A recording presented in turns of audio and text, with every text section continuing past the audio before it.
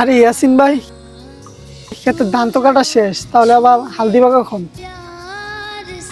হরে, ধান তো প্রায় কাটা শেষ হই, কিন্তু কৃষি কাজ আর করবো না রে। কে রে ভাই, এই কথা তুমি খেরে কইলা? কৃষি কাজ খেরে ছাড়া দিবা?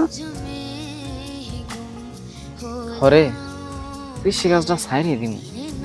এত কষ্ট করে ফসল ফলাই, ফসলের পর্যাপ্ত দাম পাই না, আর একটা প্রাকৃতিক দুর্যোগ আসলে পুরোটাই লস হয়ে যায়। আমাদের কষ্টের কোনো দামই থাকে না রে। আরে ভাই, তোমরা কষ্ট করে ফসল ফলাও দেখেই তো বাংলার মানুষ খেয়ে বেঁচে থাকি, তা না হলে তো আমরা অনাহারেই মরে যেতাম। আরে ভাই, তুমি হাল ছেড়ে দিও না, আল্লাহ যা করে ভালোর জন্যই করে। তুমি আবার খেতে ধান লাগাও। হরে ভাই, আমাদের দুঃখ দেখানোর মতো কোনো জায়গা নাই, আমাদেরকে কৃষিকাজই করে যেতে হবে।